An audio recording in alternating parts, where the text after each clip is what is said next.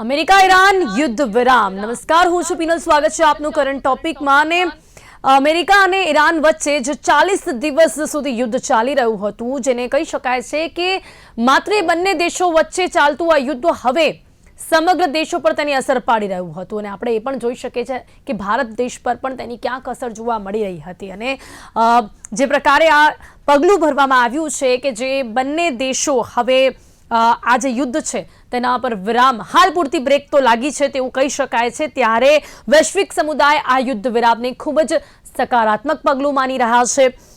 Iran સાથે યુદ્ધ વિરામ અમેરિકાનું શું પૂર્ણ વિજય કહી શકાય છે? ટ્રમ્પે તો આ નિવેદન આપ્યું છે અને ટ્રમ્પ તો આવા નિવેદનો આપવામાં ક્યારેય પાછા નથી જ રહેતા, અને એટલે એમણે તો આ નિવેદન આપી દીધું છે.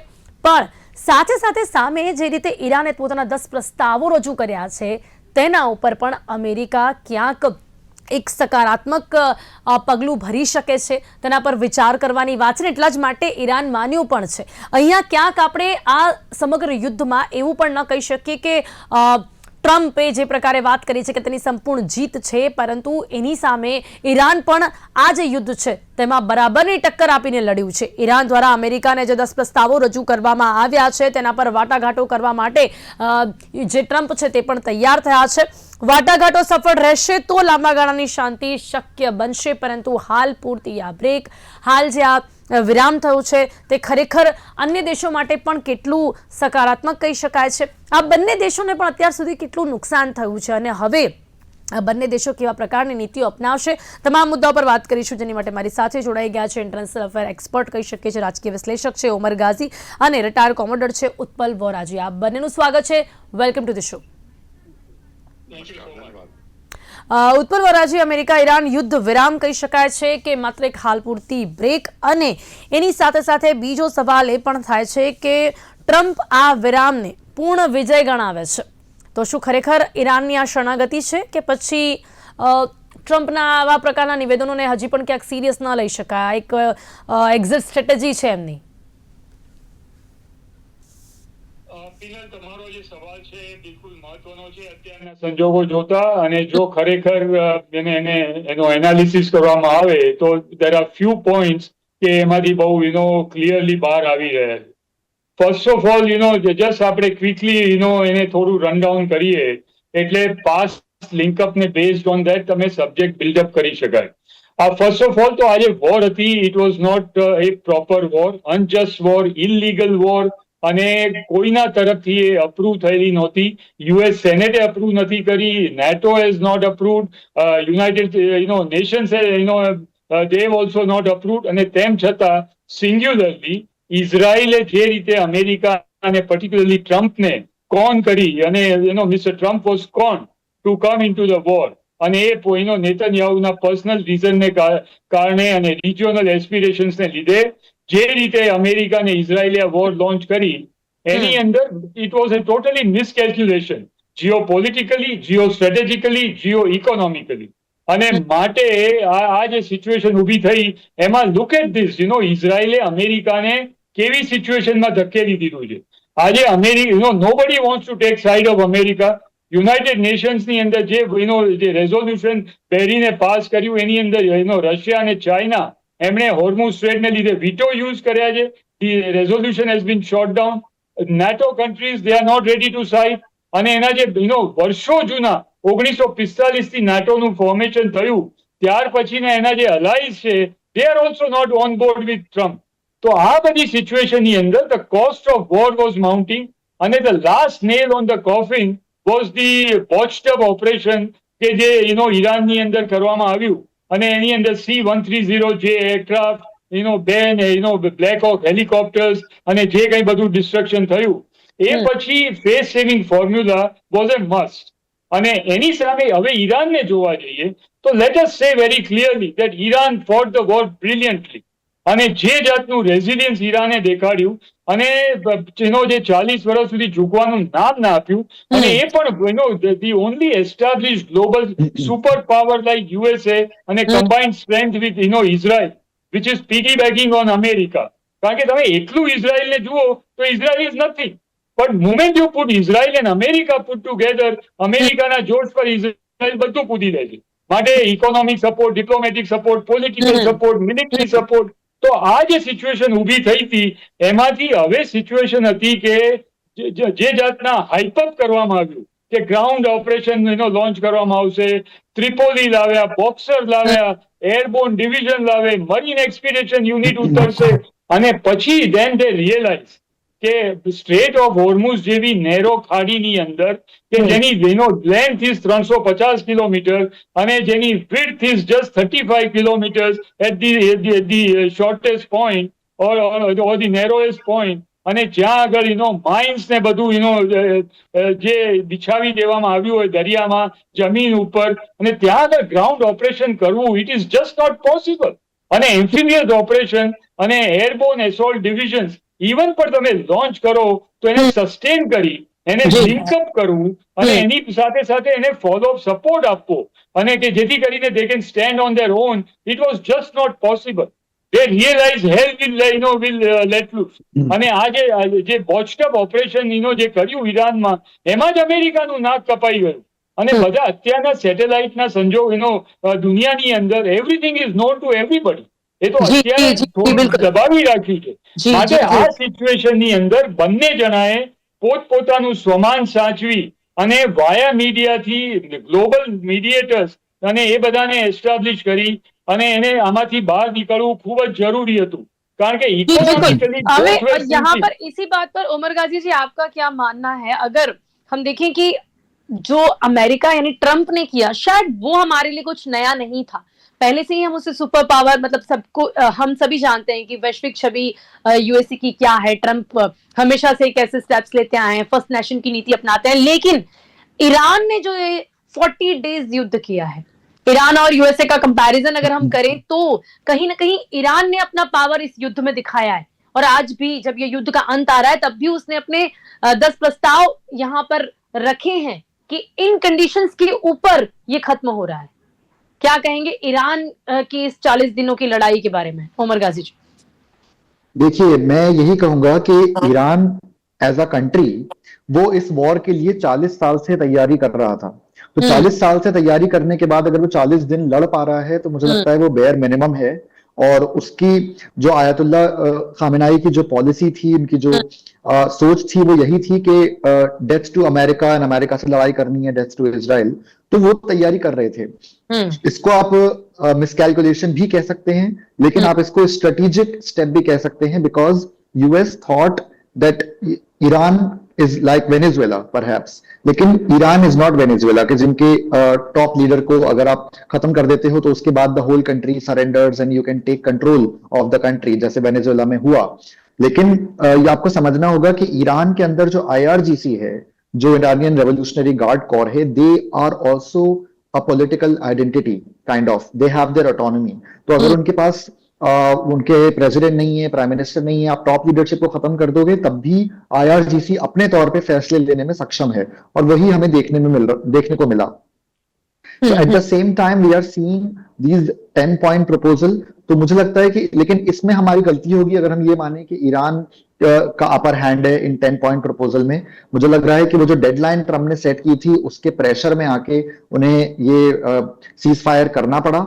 और नहीं, तो आपको क्या लगता है किसका अपर हैंड है? आप अगर इन दोनों देशों के बीच में हम ये बात करें तो आपको क्या लगता है कि किसका अपर हैंड है? और या फिर दोनों ही देशों के बारे में हम ये सोचे कि आजू बाजू के जो जो भी पड़ोसी देश हैं, रशिया है, चीन है, इन देशों का जो एक प्रेशर आ रहा था, ये प्रेशर का भी एक रिजल्ट हो सकता है ये?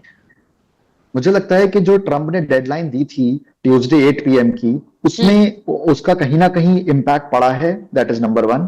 नंबर 2, ये भी हमें जानना होगा कि दोनों देशों को ये समझ में आ गया कि जितना इसको प्रोलॉन्ग करेंगे दोनों का नुकसान है. जाहिर सी बात है, ईरान भी अपने आसपास देशों में UAE से लेकर सब कंट्रीज में बॉम्बिंग कर रहा है जहां पे यूएस के बेसिस हैं, तो वो यूएस का सीधा सीधा नुकसान है. और अगर यूएस अपने सोल्जर्स भेजता है ईरान में तो ऑब्वियसली उनकी जान की नुकसान होगा, आर्म्स एंड एम्यूनिशन का खर्चा होगा. It's a lot of, it's economically doesn't make sense. And obviously straight of Hormuz का जो प्रॉब्लम है वो तो है ही. तो मुझे लगता है कि दोनों ने इसको डिसाइड किया in the wake of this deadline कि हमें इस सीज फायर पे पहुंचना चाहिए, but at the same time I would also like to mention कि इसमें जो उन्होंने पाकिस्तान को इन्वॉल्व किया है, तो पाकिस्तान के प्राइम मिनिस्टर और सब लोग इस बात का जिक्र बड़ा सेहरा अपने सर पे बांध रहे हैं कि हमने सीज फायर कराया। असल में उन्होंने सीज फायर नहीं कराया, वो इस पे खुश ना हो। दोनों कंट्रीज को मालूम था कि हमें सीज फायर करना होगा और उन्हें बीच में प्लेस होल्डर की जगह किसी का नाम लेना था, तो उन्होंने पाकिस्तान का नाम ले लेकिन दिया। लेकिन तो- यहाँ पर जी। जी बिल्कुल बिल्कुल उत्पल વોરાજી પણ અહીંયા ટ્રમ્પ ક્યાંક રમી રહ્યા છે, જે પ્રકારે આ ટ્રમ્પે પણ નિવેદન આપ્યું છે, એમણે પાકિસ્તાનના પીએમ ત્યાં જઈને પણ ક્યાંક મીટિંગ કરવી અને પછી પાકિસ્તાનના પીએમની અપીલ બાદ આ યુદ્ધ અટક્યું, આમાં પણ ક્યાંક એ રાજકીય રમત રમી રહ્યા છે તેવું નથી લાગતું કે બંને દેશો જે પ્રકારે અત્યારે ઉમર ગાઝીને પણ આપણે સાંભળ્યું, એમણે કહ્યું કે બંને દેશોમાં અત્યારે જે પ્રકારની સિચ્યુએશન હતી કે બંનેને માટે હવે સીઝ ફાયર જ એમની માટે એક ઉપાય હતું, પણ આમાં પાકિસ્તાનના પીએમ અને પાકિસ્તાનને વચ્ચે લાવવું એ ક્યાં કોઈ રાજકીય રમત નથી લાગતી ટ્રમ્પની? રાજકીય રમત તો ચોક્કસ છે. જ્યારે આ જાતનું યુદ્ધ થાય ત્યારે પોલિટિકલ લીડર્સ ઓલવેઝ એ લોકો આ જાતની રાજકીય રમત તો રમતા જ હોય, પણ you see the point different this hall issue from A different perspective કે મિડલ ઇસ્ટની અંદર જેટલા બી કન્ટ્રીઝ હતા એ ઓલરેડી ખતમ થઈ ગયા છે, એની પર હેવી બોમ્બાર્ડમેન્ટ મિસાઇલ્સ ને બધું થયું. ઈરાનના એક પણ જે લોકોએ aims and objective, military objective કે પોલિટિકલ ઓબ્જેક્ટિવ રાખ્યા હતા એ એક પણ they have not been able to meet from the US and Israel point of view. Denuclearization નથી થયું, મિસાઇલ્સ એના મેન્યુફેક્ચરિંગ કેપેબિલિટી ડિસ્ટ્રોય થઈ નથી, ઇન્ડસ્ટ્રીયલ ઇન્ફ્રાસ્ટ્રક્ચર હજી કેપેબલ છે. કાલે ઉઠીને Russia and China they can support Iran and their nuclear infrastructure again will be put to the place. માટે તમે જો ખરેખર જોવા જાઓ તો Hamas is working, Hezbollah is working, Houthi is working, અને આ સાથની સિચ્યુએશનમાં કોઈ પણ મિડલ ઇસ્ટનો કન્ટ્રી કે ચાઇના કે Russia directly as a another global power, they would not directly get involved into mediation because they are global powers. માટે ઓબ્વિયસલી એ કન્ટ્રી લાઈક પાકિસ્તાન એનો યુઝ કરવામાં આવે તો અમેરિકા જેવો કન્ટ્રી એને યુઝ કરે એમાં કંઈ ખોટું નથી, પણ તમે you don't get carried away penal by only looking at the Donald Trump's tweet. તમે ઇવન ઈરાનના જે IRCG તરફથી જે સ્ટેટમેન્ટ આવ્યું એમાં પણ માય બ્રધર શાહબાઝ શરીફ એ જાતનું મેન્શન કરવામાં આવ્યું છે, અને ટ્રમ્પનું તો tweet it starts with appreciating Pakistan and Shahbaz Sharif and Asif Munir. So don't underplay. I would go to the extent of saying that a history is repeating itself. જે 1971 ની અંદર હેનરી કિસિંજર વાયા ઇસ્લામાબાદ જે પેકિંગ બેઇજિંગ ગયા હતા એ situation અત્યારે ફરી થઈ છે. અને Pakistan, let's be very honest, Pakistan ભલે આપણને ગમતું ના હોય, it's a different matter, but in geopolitics you have to accept the reality and facts. Pakistan અત્યારે is not only close to America but Pakistan is also close to China, and China is close to Russia. But China Russia ની જે friendship ને relationship છે એની સાથે there is only one country that can be build bridges is Pakistan, and Pakistan is also, Asif Munir is also close to Donald Trump. He calls him my most efficient field marshal. That's reality of life. You can't run away from that. So a country like this and a set of people like this, I'm sure, they have played certain kind of role in bringing all the warring parties together. Now, how it goes in the future, and whether Trump is Trump, અને આ 7 દિવસના જે pose છે એના પછી he again breaks the pause અને પાછું bombardment શરૂ કરે છે કે they will go along, અને ઈરાન પણ will continue to play the ball, that we have to see. કારણ કે જે બંને જે કંઈ બધા ઓપરેટર છે ઇમ્પોર્ટન્ટ મુદ્દો એ છે કે ઉત્પલ વોરાજી અહીંયા જે ટ્રમ્પ છે એ ક્યાંક આ ક્રેડિટ પાકિસ્તાનને આપવા માંગે છે, like what kind of message, આ શું સંદેશો આપવા માંગે છે કે આ બધું જે કંઈ પણ થયું છે એમાં હવે તમે યુદ્ધ વિરામ કરી રહ્યા છે, પીએમ ની અપીલ બાદ કરી રહ્યા છે, તો આ એક એવો મેસેજ આપવા માંગે છે ક્યાંક પાકિસ્તાનને ઉપર બતાવવા માટેનો આ મેસેજ છે? ના, પાકિસ્તાનને ઉપર બતાવવા માટે નથી પીનલ. ઇફ ઓલ ગોઝ વેલ, તમે અત્યારનું સ્ટેટમેન્ટ જુઓ યુએસ ડિપાર્ટમેન્ટ તરફથી કે White House has not confirm but there is a possibility that the next round of talks at the highest level will take place in Islamabad. This is already, media is playing out this, the news. So if that happens, then obviously Pakistan is playing a very important role. We can call him a mailman, you can call him a messenger, whatever the nomenclature one wants to use. But the fact of the matter, what it seems, apparently it seems, is that Pakistan has played a role, and Pakistan may play a role in the coming days also. Umar There Gandhi is ji no आपका doubt क्या in मानना anybody's mind है? ये at Pakistan this moment of time. तो જે રીતે આખો situation unfold થઈ રહી છે એ હિસાબે અને આ બધાની ટ્વીટ જોતા અને આ બધા કઈ સ્ટેટ ડિપાર્ટમેન્ટના કે સ્પોક્સ પર્સનના ટ્વીટ નથી. This is from horse's mouth. One जी side जी is IRC, उमर गांधी जी क्या मानना है IRGC, आपका इस बारे Politburo ब्यूरो. जी No, बिल्कुल मैं अग्री करूंगा कि जाहिर सी बात है पाकिस्तान को अंडर प्ले करना किसी के फेवर में नहीं है, हमारे फेवर में नहीं है. We need to understand that it has playing important roles here and there. But एक चीज हमें समझनी जरूरी है in the same breath that Pakistan is a country, is an agent of chaos, और वो अपनी ऑटोनॉमी दूसरी कंट्रीज को देता है on lease, right? In favor of gaining some sort of credibility, right? जैसे उन्होंने चाइना को अपनी ऑटोनॉमी दे दी कि आप यहाँ पे सी पैक कॉरिडोर बना दो, और they sometimes give their autonomy to America. For example वो आज उनसे गलती हो गई, उन्होंने पूरा ट्वीट कॉपी कर दिया जिसमें लिखा था ड्राफ्ट फॉर पाकिस्तान पीएम. तो जाहिर सी बात है उन्हें वो अमेरिका से डिक्टेशन आया, उन्होंने उसको कॉपी कर दिया. तो it's not a country, it's an like I said, like commodore said कि उसको आप मेलमैन कहें, तो वो एक it doesn't have any strategic autonomy और इंटेग्रिटी एज अ कंट्री. तो अगर वो ये समझ रहे हैं कि उनको उनके बलबूते पे, जैसे इंडिया का एक स्टैंड है कि हम मीडिएट करा सकते हैं, we can mediate between two powers, the same is not the case with Pakistan, because India की अपनी एक स्टैंडिंग है, we have a respect and integrity, but Pakistan does not have that. और उन्होंने, यूएस ने इसीलिए पाकिस्तान को चूज किया कि हम जो लिख कर देंगे, जो हम ड्राफ्ट लिख कर देंगे, पाकिस्तान ही एक ऐसा कंट्री है जो उसका प्राइम मिनिस्टर उसको हम कुछ बिना कुछ कहे, बिना कुछ सुने, उसको अपने ट्विटर पे छाप देगा, और वो अमेरिका का डिक्टेशन है साफ साफ. इंडिया कभी भी ऐसा ना करता, इसलिए उन्होंने इंडिया को चूज नहीं किया. So we need to understand that Pakistan is not a country, it is just a middleman that is giving its strategic autonomy for sale.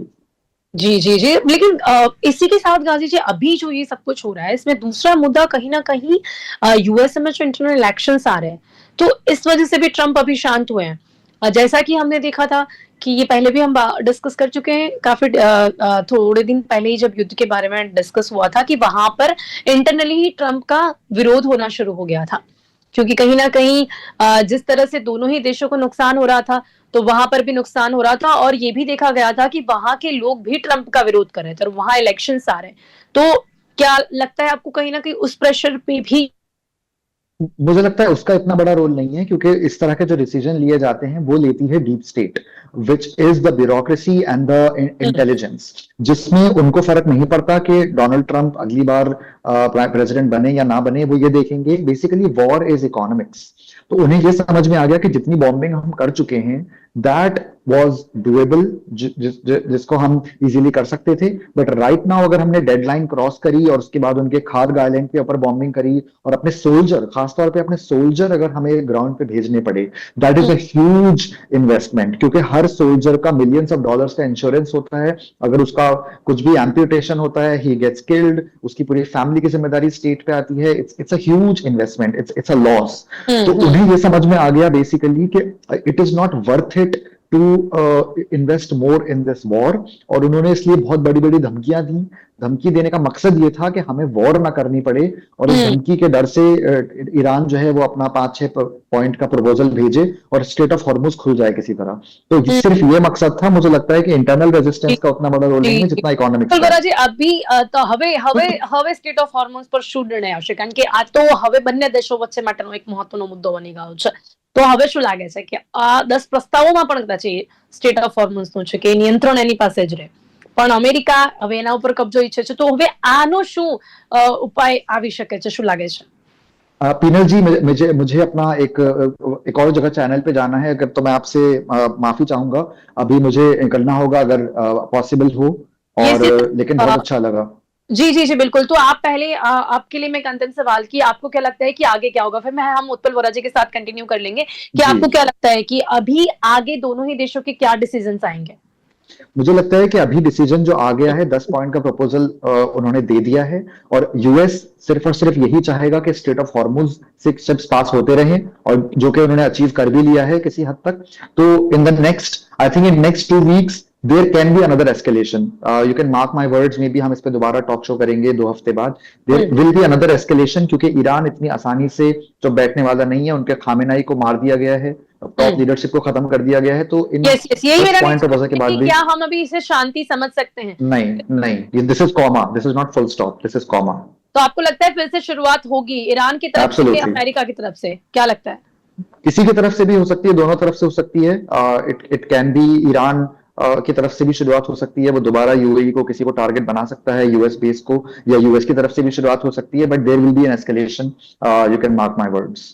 Okay okay okay, Omar Ghazi, thank you so much. आप thank you so much, નમસ્કાર।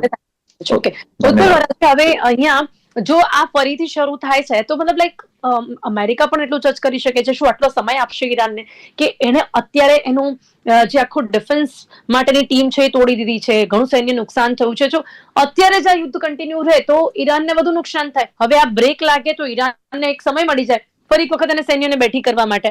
તો Trump America એટલો મૂર્ખ તો છે નહીં કે આટલો સમય આપે, શું લાગે છે આપને?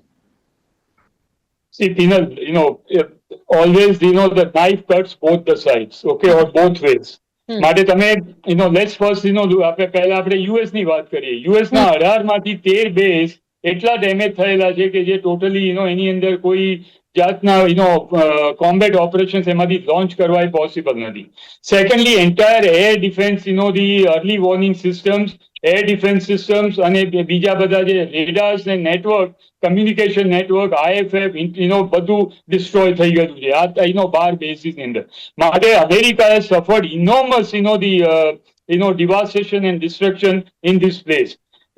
ઓઇલ અને ગેસ ઇન્ફ્રાસ્ટ્રક્ચર ટોટલી ભડકે બળી રહ્યું છે, વેસ્ટ એશિયાની અંદર. અને વેસ્ટ એશિયાનો ઇતિહાસ જોઈ લો તમે, 150 વર્ષ હું મિનિમમ કહું છું, 150 વર્ષની અંદર અને પછી પણ યાસર અરાફત થી માંડીને આ દિવસ સુધી હમાસ, હિઝબુલ્લા, ઇન્તેફાડા, હુતી અને આ જાતના જે વોર છે એ કન્ટિન્યુઅસ ચાલતા રહ્યા છે. ઇઝરાયલે હંમેશા દર 6 મહિને જે જાતનું ગાઝા અને જે એના એડજોઇનિંગ એરિયા ને ત્યાં આગળ જે જાતનું એર બોમ્બાર્ડમેન્ટ ને ટેન્ક થી ડિસ્ટ્રક્શન ને બધું કર્યું છે, તેમ છતાં Hamas is alive, હુતી is alive, હિઝબુલ્લા is alive, અને આજે પણ રોકેટ ફાયરિંગ કરી રહ્યા છે. અને તે all are proxies of Iran. માટે કોઈ પણ એવું માનતું હોય કે West Asia all of a sudden શાંત થઈ જશે અને કોઈ જાતના યુદ્ધો નહીં થાય તો is living in a fools paradise. આ બધાની વચ્ચે માટે એ તો ઇઝરાયલે બધું ચાલ્યા જ કરશે. પણ આજે તમે જે કહ્યું કે તમે જે કહો છો કે જે સ્ટ્રેટ્સ ઓફ હોર્મુઝ, જો ઈરાન અત્યારે તમે આમ સમજી લો કે અત્યારના કોન્ફ્લિક્ટની અંદર Iran is in A driver seat, America અને ઇઝરાયલ ડ્રાઈવર સીટમાં નથી, ભલે એ લોકો સુપર પાવર ને મોટા પાવર હોય.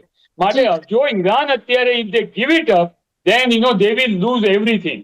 માટે આજે 10 જે કન્ડિશન મૂકી છે એમાં વન ઓફ ધ કન્ડિશન એ છે કે control will remain with Iran.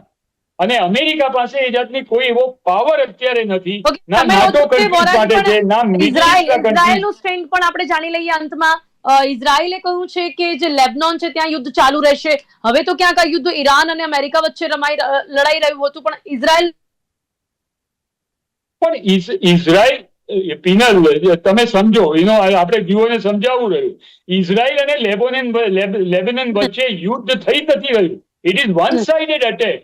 લેબનન પાસે ના આર્મી છે, ના એરફોર્સ છે, ના નેવી છે, ના કોઈ ડિફેન્સિવ કેપેસિટી છે. એ ઇઝરાયલ જ્યારે ધારે ત્યારે એની પર બોમ્બાર્ડમેન્ટ કરી અને યુદ્ધ કરી રાખે છે. તેમ છતાં Hezbollah is not wiped out, Hamas is not wiped out, Houthi is not wiped out. માટે આ યુદ્ધ તો હંમેશા 150 વર્ષથી કોઈને કોઈ રીતે ઈરાનના પ્રોક્સી અને ગાઝા સ્ટ્રીપની અંદર ઇઝરાયલ સાથે વોર ચાલી ભારત દેશ પર હવે આ જે બ્રેક છે તેની શું અસર? જે મોંઘવારી વધતી જોવા મળી રહી હતી, તેલને લઈને જે સિચ્યુએશન, ગેસ બાટલાને લઈને જે સિચ્યુએશન હતી, હવે કંટ્રોલમાં આવી જશે ખૂબ જ ઝડપથી? ના, કંટ્રોલમાં ડેફિનેટલી શોર્ટ ટાઈમ આવશે, પણ કોઈ પણ દેશની ઇકોનોમી એ હંમેશા સેન્સેક્સની ઉપર ડિપેન્ડ નથી કરતી. Sensex will not run the economy, but economy may run Sensex. એટલે it reverse may not be true, માટે થોડો ઘણો ફેર પડશે. પણ આજે જે કંઈ સેન્સેક્સની અંદર જે રિએક્શન આવ્યું છે અને ઓઇલના જે પ્રાઇસ નીચે ગયા છે, એ ઓનલી છે નીચક રિએક્શન. માટે એને બહુ વધારીને જોવાની જી, જરૂર બિલકુલ, નથી. બિલકુલ, Let us બિલકુલ. wait and watch અને સી કે 7 દિવસ પછી આ કઈ રીતે ડેવલપ થાય છે. જી જી જી જી બિલકુલ. એટલે હવે એ જોવાનું રહેશે કે આ બ્રેક છે કે વિરામ, તેના પર ઘણું બધું નિર્ભર કરતું હોય છે આ બંને દેશ માટે પણ અને અન્ય દેશો માટે પણ. અમારી સાથે જોડાયા પુલવારાજી, તે બદલ આપનો ખૂબ ખૂબ આભાર. Thank you so much. સમય થેન્ક યુ. Thanks winner. હાલ અમેરિકા અને ઈરાન બંને દેશોએ ખૂબ જ સમજદારીની સાથે આ સમજૂતી કરી છે અને બ્રેક લગાવ્યું છે. પણ જે પ્રકારે નિષ્ણાંતોનું પણ માનવું છે કે ક્યાંક બંને દેશો ચૂપ નહીં બેસે, કારણ કે 10 પ્રસ્તાવો ઈરાન તરફથી મૂકવામાં આવ્યા છે, તેના પર પણ વાટાઘાટો થશે અને બંનેને ખૂબ આર્થિક નુકસાન તો થઈ ચૂક્યું છે. પણ હજી પણ ક્યાંક ને ક્યાંક આ લડત કદાચ આગળ ચાલુ રહી શકે છે. એટલે કે આ વિરામ પાછળ કોઈ આર્થિક સોદો પણ છુપાયેલો હોઈ શકે છે કે પછી જેના બહુ જ ઓછા ચાન્સીસ છે કે આગામી વર્લ્ડ વોરનો ખતરો છે જે કદાચ ટળી ગયો છે. કરંટ ટોપિકમાં અત્યારે બસ આટલું જ. ફરીથી મળીશું નવા વિષયની સાથે. ત્યાં સુધી રજા આપશો. નમસ્કાર.